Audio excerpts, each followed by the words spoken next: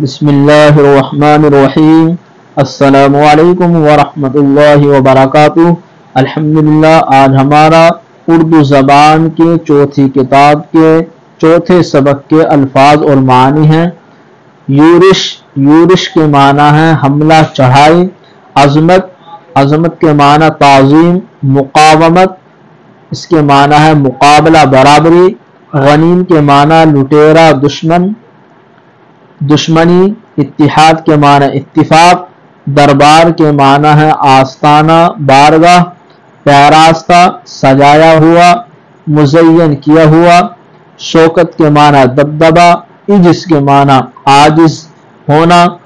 اذیت کے معنی تکلیف۔ اخلاص کے معنی ہے نیک نیتی۔ حسب کے معنی ہے خاندانی شرافت، خاندانی شرف۔ مالا مال، دولت مند۔ تاب کے معنی ہے مجال، قدرت، طاقت، توانائی۔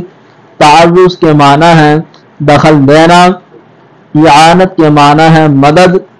لعنت کے معنی ہے پھٹکار۔ کمک کے معنی ہے سہارا، مدد۔